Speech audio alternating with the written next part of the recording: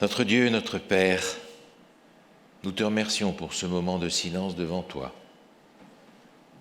Fais-nous, t'en prions, le silence dans nos cœurs, dans ce lieu, de sorte que ta voix puisse être entendue. Nous t'en prions au nom de Jésus. Amen. Demeurons debout pour la lecture biblique. Première épître de Jean au chapitre 5, les versets 1 à 5. Donc, on nous parle de la foi dans le Fils de Dieu. Quiconque croit que Jésus est le Messie est né de Dieu. Et si quelqu'un aime un père, il aime aussi son enfant. Nous reconnaissons que nous aimons les enfants de Dieu au fait que nous aimons Dieu et respectons ses commandements. En effet, l'amour envers Dieu consiste à respecter ses commandements. Or, ces commandements ne représentent pas un fardeau, puisque tout ce qui est né de Dieu remporte la victoire contre le monde. Et la victoire qui a triomphé du monde, c'est votre foi. Qui est victorieux du monde? N'est-ce pas celui qui croit que Jésus est le Fils de Dieu? Que l'Éternel bénisse la lecture de sa parole. Certains d'entre vous ont peut-être entendu parler de Robert William Service. Service est un auteur, un écrivain, un poète d'origine écossaise, qui a vécu aussi à la fin des années 1800, qui a beaucoup voyagé dans le monde et qui a passé beaucoup de temps dans le nord du Canada et d'Amérique du Nord. Il a passé beaucoup de temps, il a écrit beaucoup de choses sur la vie dans le nord, et ça lui a valu d'être surnommé le barde du Yukon. Il a écrit plusieurs choses et il a raconté entre autres l'histoire d'un trappeur qui s'appelle Salvation Bill. Il a raconté cette histoire en anglais et en vers. Permettez que je vous la raconte en français et en prose. Bill est un trappeur dans le nord et en plein hiver, il est parti faire la tournée de ses pièges pour voir ce qu'il a pris. Et en chemin, il trouve par terre un homme à moitié mort de froid, serrant sa Bible. C'était un missionnaire qui était parti pour évangéliser le Grand Nord. Alors il va prendre ce missionnaire, il va le ramener dans sa cabane, il va le soigner, le remettre d'aplomb. Mais la température et la situation de la météo font qu'il va falloir passer l'hiver ensemble dans la cabane. Seulement, cette cohabitation est un peu difficile pour Bill, parce que ce missionnaire, une fois remis d'aplomb, a le souci pour son âme et veut absolument le convertir à coups de textes bibliques. Il veut aussi, surtout, l'amener à ne plus fumer, parce que Bill est un fumeur invétéré, c'est-à-dire qu'il a en réalité un bloc de tabac dont il coupe des morceaux. Il a une réserve de journaux, il roule ses propres cigarettes et il allume la suivante avec le mégot de la dernière. Il fume en permanence et le missionnaire a pour mission de convertir cet homme et de l'amener à arrêter de fumer. Or, Bill n'a d'autre Dieu que Madame Nicotine. Alors, les choses sont difficiles. Mais un jour, Bill va derrière sa cabane chercher sa réserve de journaux.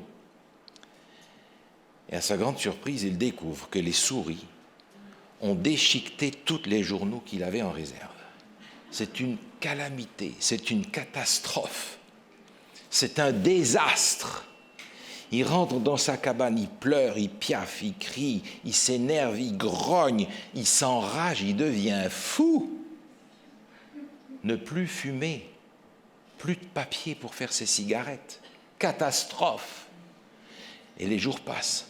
Et de jour en jour, il sent les nerfs qui commencent à lui sortir par tous les pores de la peau. Jusqu'au jour où, tout d'un coup, il voit dans les mains du missionnaire le livre. Le livre. Alors, le loup sauvage remonte en lui et lui dit « Donne-moi une page de ce livre. » Le missionnaire, non, jamais. Sacrilège. Si je fais ça, j'irai droit en enfer. Bill, lui, n'en peut plus. Il attrape son fusil chargé, le braque sur le missionnaire et lui dit « Donne-moi une page ». Le missionnaire « Non. Tu auras mon livre, mais tu devras me tuer d'abord. » Bill comprend qu'il a perdu, il jette le fusil aux pieds du missionnaire, retourne sur son lit en grognant et lui dit « Tu as intérêt à aller cacher ce fusil et à cacher ton livre en même temps », ce que le missionnaire prend bien garde de faire. Et Bill continue de pleurer, de grogner, de s'énerver, le temps passe. Il n'en peut plus. Un jour, il se lève, il fait le tour de ses armoires, il sort une tasse et il va concoctionner un poison mortel. Et sa tasse pleine, il s'adresse au missionnaire et lui dit « Regarde, je m'en vais, je n'en peux plus, mais tu demanderas au Christ ce qu'il aurait fait à ta place. » Et se levant la tasse, il s'apprête à la boire. Le missionnaire lui saute dessus, jette la tasse, renverse le poison et dit « Arrête, peut-être que j'ai fait une erreur. Peut-être que j'ai fait une erreur. Prends mon livre, prends, fume. Mais s'il te plaît, lis chaque page avant de la fumer. »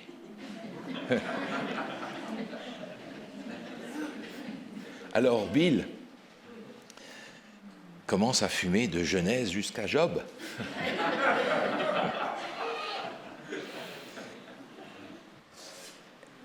Et en fumant, il se rend compte que les rôles ont changé parce que lui va beaucoup mieux.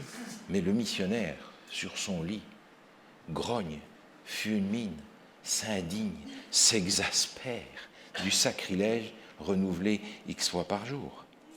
Mais Bill a remarqué une chose. Quelque chose de bizarre a changé, c'est que le temps passant, il lit de plus en plus et il fume de moins en moins. Jusqu'au jour où Bill prend ce qui reste de la Bible, la rend au missionnaire et lui dit « Tiens, voilà ton livre. D'ailleurs, ces pages font une fumée épouvantable. C'est une boucane insupportable. Mais maintenant, je suis chrétien. Je vais aller prêcher l'Évangile et si quelqu'un ne m'écoute pas, je lui saute sur la poitrine et je lui prêcherai la bonne nouvelle. » Il s'appelle Salvation Bill. Cette histoire nous enseigne quelque chose que nous avons tendance à oublier. C'est qu'une vie transformée ne se fabrique pas, elle se reçoit. Une vie transformée ne se fabrique pas, elle est reçue.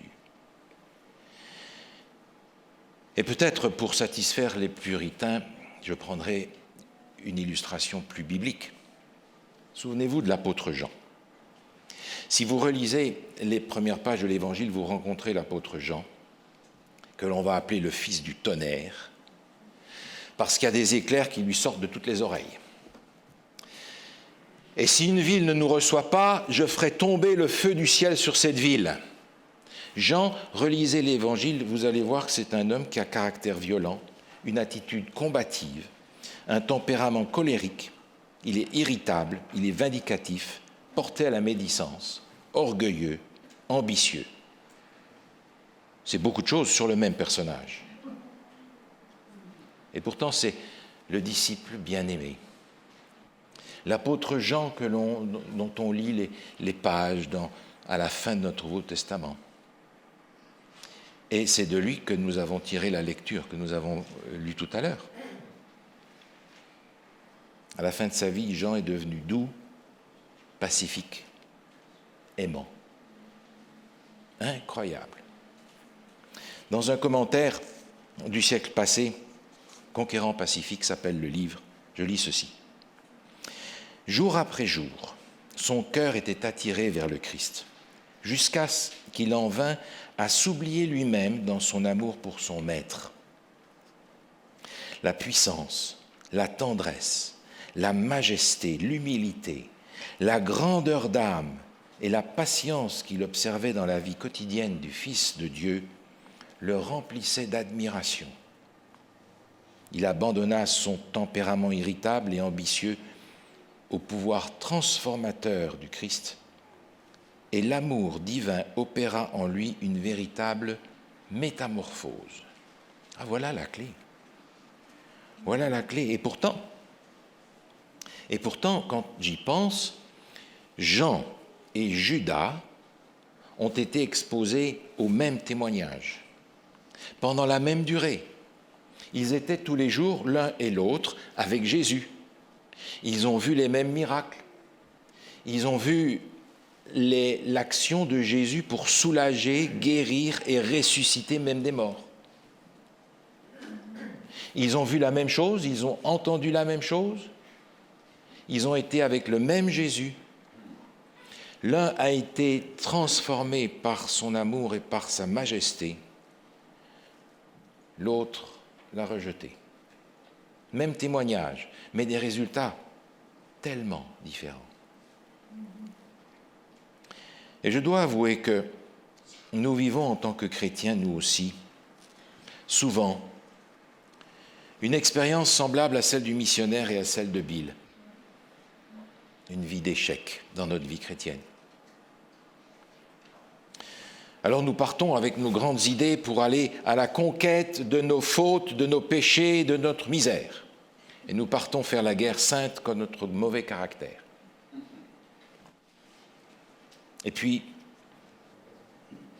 quelques résolutions de 1er janvier plus tard, on se retrouve dans la même situation. Avec des victoires qui ne sont pas durables. Alors, face à ces échecs renouvelés dans notre vie chrétienne, on essaie de trouver des solutions. Et on trouve en général à peu près 4 solutions que j'aimerais vous suggérer.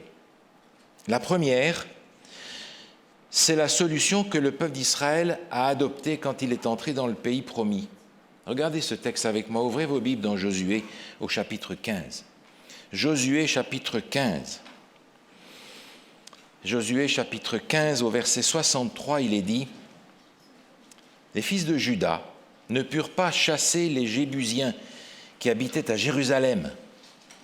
Et les Jébusiens ont habité avec les fils de Juda à Jérusalem jusqu'à ce jour. » Autrement dit, première solution, on va faire avec.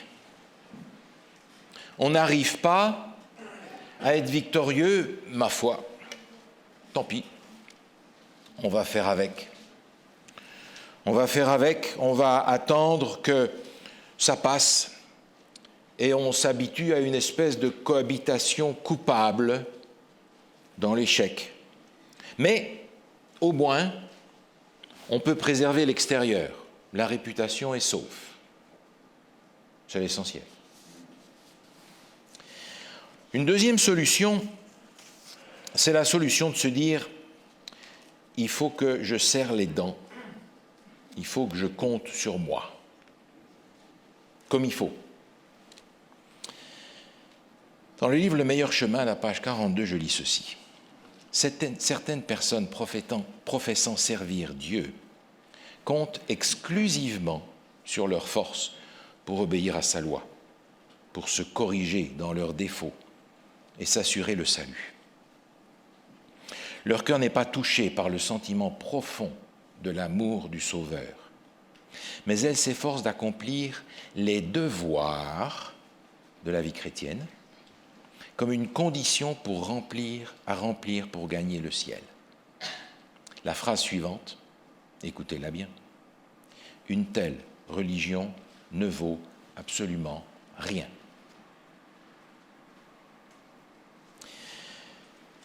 Autrement dit, quand dans ma vie chrétienne, je vis quelque chose de tout à fait acceptable en remplissant les devoirs de la vie chrétienne, je suis un de ces chrétiens non victorieux qui a trouvé une solution pour passer à côté du problème. Mais, même si j'accomplis tous les devoirs, encore une fois, la réputation et la façade est sauvegardée. C'est l'essentiel, non? La troisième solution à laquelle on a recours est une solution pour laquelle on va dire « Ah, c'est déjà un petit peu mieux que les précédentes ». C'est compter sur soi et sur Dieu en même temps. C'est une collaboration. Écoutez ce commentaire. Certaines personnes consciencieuses se confient partiellement en Dieu et partiellement en elles-mêmes. Elles ne regardent pas à Dieu pour être gardées par sa puissance, mais elles comptent être acceptées par lui en raison du fait qu'elles restent vigilantes contre la tentation et qu'elles accomplissent certains devoirs. Aucune victoire ne vient récompenser une telle foi.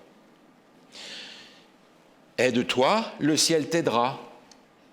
Il n'y a rien de biblique là-dedans. Si vous pensez que c'est un texte biblique, cherchez longtemps. Et je vais compter sur Dieu en partie, puis en partie sur moi. On va collaborer. Aucune victoire ne vient récompenser une telle foi. Parce que c'est encore une foi qui s'accomplit dans les devoirs de la vie chrétienne. Et on imagine facilement qu'ayant accompli nos devoirs, on a fait ce qu'il faut. La quatrième solution à laquelle on a souvent recours, bien, puisqu'on n'a pas eu la victoire, on va changer les règles du jeu. L'essentiel n'est pas d'avoir la victoire, l'essentiel c'est d'aimer. Aimer. Si on aime, tout va bien. À partir du moment où on aime, on n'a plus besoin d'accomplir les commandements de Dieu. Aime et tout va bien. Écoutez ce commentaire. La sanctification signifie amour parfait, obéissance parfaite, conformité pleine et entière à la volonté de Dieu. On ne peut pas changer la règle du jeu. C'est Dieu qui l'a donnée, vous comprenez? Et certains vont dire, ah, aimer suffit. La transformation, oh, de toute façon, cette transformation-là, elle viendra quand la pluie de l'arrière-saison arrivera et Dieu fera ça, coup de baguette magique. Donc attendons gentiment la pluie de l'arrière-saison et aimez d'ici là. Il n'y a de victoire en aucune de ces solutions. Parce que, vous comprenez, ça consiste à établir notre justice d'une manière extérieure. Et ces solutions n'apportent aucune vie chrétienne victorieuse, une vie chrétienne épanouie, une vie chrétienne qui nous enracine dans l'assurance du salut. Aucune de ces solutions ne fait ça. Vous comprenez, on n'est pas bon simplement en ne faisant pas le mal. On n'est pas bon simplement en ne faisant pas le mal. Et si le mal est tenu en bride en nous, ça ne fait pas de nous des justes. Si le mal est tenu en bride en nous, ça ne transforme pas notre caractère. Si vous avez un chien féroce qui veut mordre tout le monde et que vous l'attachez à bout de sa chaîne, il va mordre personne, mais il ne va pas changer. Vous pourrez lâcher ce chien quand il aura été dompté, entraîné, et que vous saurez qu'il ne fera pas de mal à une mouche. Là, vous pouvez le lâcher de sa chaîne, parce qu'il aura été changé. Combien y a-t-il d'entre nous qui sont au bout de leur chaîne dans l'Église, mais dont le cœur n'est pas changé? Et pourtant, Jésus a été clair avec les gens de son temps. Et je pense qu'il serait clair aussi avec nous. Regardez ce texte, tournez les pages de votre Bible jusque dans l'évangile de Matthieu au chapitre 23. Évangile selon Matthieu, chapitre 23, verset 25. Jésus dit ceci. Matthieu 23, verset 25. « Malheur à vous, scribes et pharisiens hypocrites, parce que vous nettoyez le dehors de la coupe et du plat, et qu'au-dedans, ils sont pleins de rapines et d'intempérance. Pharisiens aveugles, nettoie premièrement l'intérieur de la coupe et du plat, afin que l'extérieur aussi devienne net. » Remarquez, il ne dit pas que l'intérieur du plat est plein d'adultère, de banques qui ont été braquées, de choses comme ça. Non, non, il dit simplement rapine, c'est-à-dire que tu as pris des choses qui ne sont pas tout à fait à toi, et d'intempérance. Et ça suffit pour que la coupe intérieure soit complètement polluée. Pharisiens aveugles, nettoie premièrement l'intérieur de la coupe et du plat, afin que l'extérieur aussi deviennent nettes. Et dans l'Évangile selon Matthieu, au chapitre 5, se trouve cette phrase que vous connaissez. « Je vous le dis, si votre justice ne surpasse pas celle des scribes et des pharisiens, vous n'entrerez pas dans le royaume des cieux. » Est-ce que vous avez l'impression d'être un chien féroce au bout d'une chaîne en pensant que ça suffit d'être attaché? Autrement dit, le problème n'est pas dans la performance extérieure de notre vie chrétienne, le problème se trouve dans la transformation intérieure. C'est un problème de cœur. Et on apprend déjà dans l'Ancien Testament par le prophète Jérémie que le cœur de l'homme est tortueux et méchant par-dessus tout. Autrement dit, il va falloir commencer par l'intérieur. La justice extérieure ne vaut rien. Elle vaut peut-être pour ma réputation politiquement correcte dans l'Église. Mais j'apprends en lisant les Écritures que Dieu regarde au cœur. Donc j'ai un problème de cœur. Et si je veux résoudre un problème de cœur, vous savez comme moi qu'il faut un spécialiste du cœur. Et je n'en connais pas beaucoup des spécialistes de ce cœur-là. C'est Dieu seul qui est spécialiste du cœur. Parce que le Seigneur voudrait me donner une victoire complète, une victoire totale. Il voudrait lâcher tous les chiens féroces en sachant que transformés, ils ne feront pas plus de mal à une mouche. Et je prends l'exemple du tabac. Vous pouvez peut-être avoir arrêté de fumer quand vous êtes passé par les eaux du baptême. Et j'entends parfois des gens qui me disent, vous savez, pasteur, depuis 25 ans, je ne fume plus. Sous-entendu, si je pouvais en fumer une bonne maintenant, ça me ferait bien l'affaire. Et ces personnes pensent avoir eu la victoire sur le tabac. Mais non, en fait. Ils ont simplement eu la volonté de résister à la tentation. Mais celui qui n'a pas la force, la volonté de résister, qu'est-ce qu'il fait? Il tombe dedans. Mais il en est au même point. Le Seigneur a quelque chose de beaucoup plus important pour nous. Il veut nous amener non seulement à résister à la tentation, mais il veut nous amener à avoir le dégoût du péché. C'est-à-dire à être victorieux sur le péché, comme l'était Jésus. Et la vraie tentation de Jésus n'était pas de savoir s'il allait tomber dans le péché ou pas. La vraie tentation de Jésus était de savoir avec la force de qui il allait confronter le péché. La sienne, en tant qu'humain, ou la puissance que Dieu lui donnait. Autrement dit, le chien est encore attaché au bout de sa laisse et je dis tout va bien. Mais le Seigneur a quelque chose de plus important pour moi. Il veut m'amener à avoir le dégoût du péché. Autrement dit, cette justice extérieure qui consiste à faire le bien et à être juste parce que je ne fais pas le mal ne vaut rien. Alors il faut changer le cœur. Comment est-ce qu'on fait ça? Comme Bill et comme le missionnaire. Je ne vais pas arrêter de fumer à coups de textes bibliques qui sont assommés sur la tête de l'autre, ni aucune d'ailleurs des faiblesses et des autres faiblesses que nous pouvons avoir. Non, au contraire, il va falloir que j'apprenne, comme Bill, à connaître la personne, la seule personne qui peut changer ma vie, la seule personne qui peut faire en moi ce que je ne suis pas capable de faire par moi-même. Et ce n'est plus une question de doctrine, d'enseignement ou même d'église, c'est une question de personne.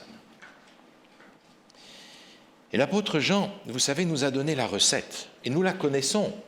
Elle est dans l'évangile de Jean, au chapitre 15. Regardez ce passage avec moi. Évangile de Jean, chapitre 15.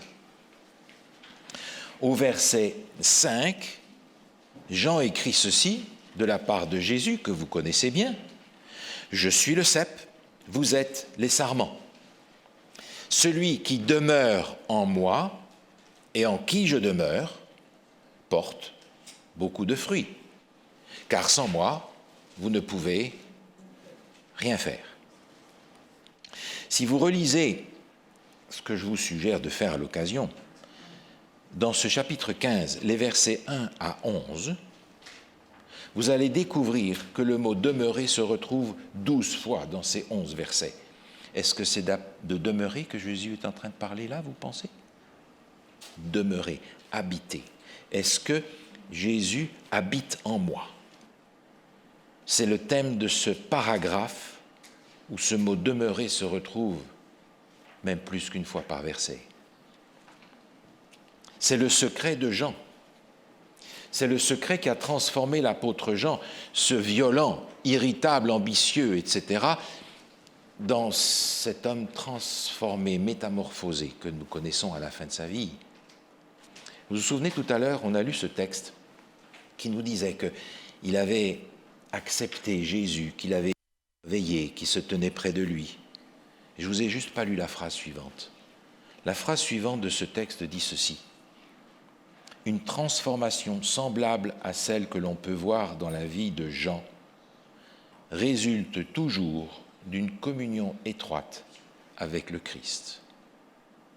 Autrement dit, si nous voulons avoir cette métamorphose dans notre vie, il va falloir utiliser la même méthode que Jean.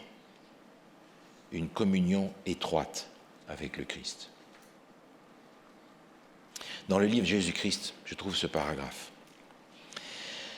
Toute vraie obéissance procède du cœur. Si nous le voulons,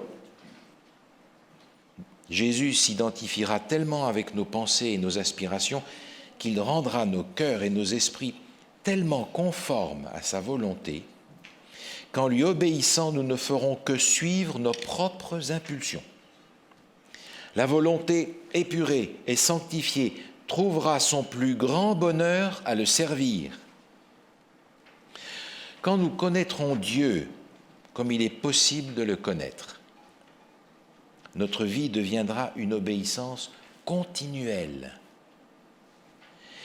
Si nous apprécions le caractère du Christ, si nous sommes en communion avec Dieu, le péché nous devient odieux. Voilà ce à quoi il veut arriver. Que le péché nous soit odieux, qu'il nous dégoûte. C'est dire à quel point la victoire va plus loin que ce que l'on pense parfois. Alors certains vont dire, alors ça c'est une solution facile, je ne fais rien, j'attends que le Seigneur fasse tout. Non. Ceux qui disent ça sont ceux qui n'ont pas encore essayé le combat de la foi. Parce que la Bible nous parle du combat de la foi. L'apôtre Paul invite son disciple Timothée, combat le combat de la foi. C'est un combat.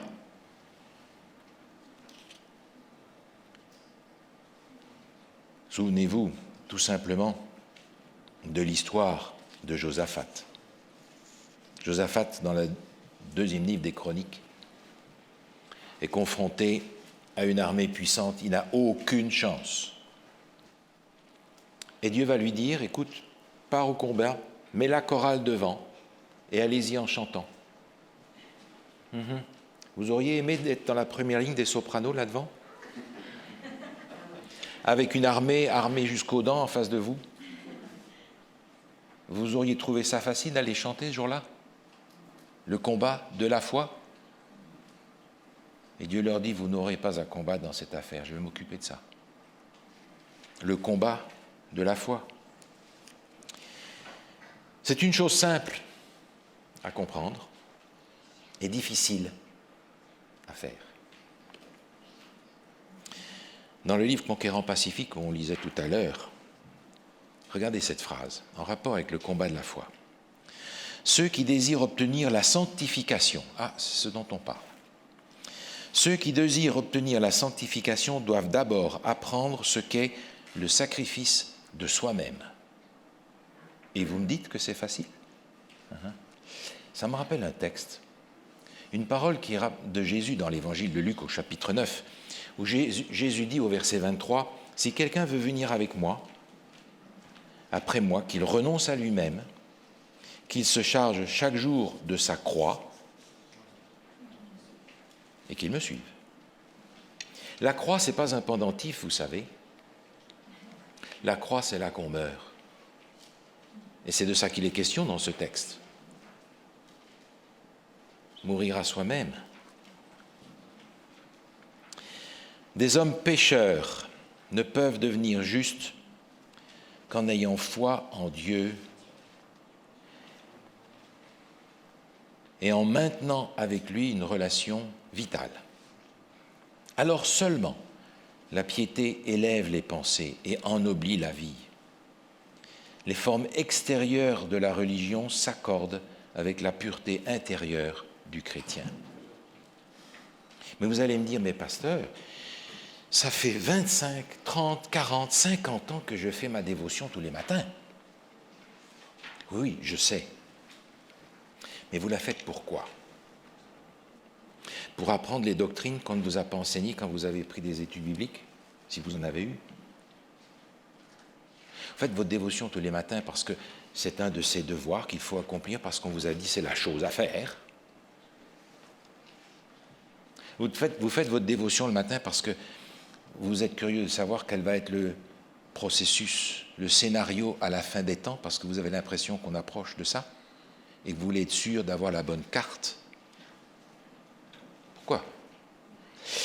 Si notre dévotion a un autre but que de développer un contact avec une personne et de s'asseoir chaque matin avec Jésus, on n'a pas encore développé une communion avec le Christ.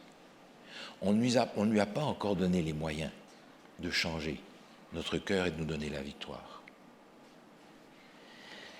Et essayez, vous verrez, vous allez voir à quel point le diable va se déchaîner pour vous empêcher de vous asseoir au pied de Jésus chaque jour. Il y aura le téléphone, il y aura les enfants, il y aura un rendez-vous, il y aura 1000 choses qui vont surgir pour vous empêcher de vous asseoir au pied de Jésus. Oh, vous aurez peut-être le temps d'apprendre une doctrine ou un ou deux versets par cœur, sans aucun doute. Mais vous asseoir au pied de Jésus pour communier avec lui, pour être comme Jean imprégné de cette admiration par rapport à sa bonté, à sa magnificence, à son caractère, à son amour après tout. Ça sera difficile. Ça va demander le combat de la foi. Et c'est un combat difficile. C'est un combat de chaque jour. Dans le livre Encore conquérant pacifique, à la page 503, je vous lis cette phrase que j'ai manquée dans les citations d'avant, volontairement. Cette phrase nous dit « La prière est le moyen institué par le ciel pour obtenir le succès dans le conflit contre le péché et pour le développement du caractère chrétien. » Mais on parle de la prière, non pas de la récitation. Non, on parle de ce moment où on parle à Dieu comme à un ami et où il nous parle et où on lui parle de notre cœur. On lui dit ce qu'on vit, ce qu'on attend de lui, ce qu'il veut faire avec nous. Alors, au lieu d'avoir recours aux stratagèmes pour passer à côté et pour s'adapter aux victoires non remportées, pour permettre de ne pas être simplement un chien au bout de sa chaîne qui continue à rager, mais un être transformé,